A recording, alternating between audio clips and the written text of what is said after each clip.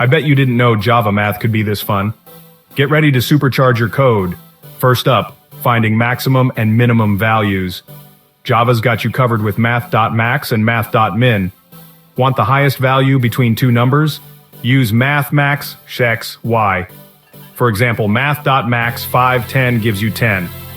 And for the lowest, use Math.min xy. Math.min 510 returns 5, easy peasy. Next, let's tackle square roots.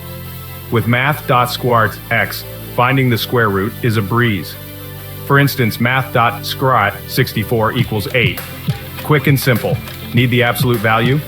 Math.abs x is your friend.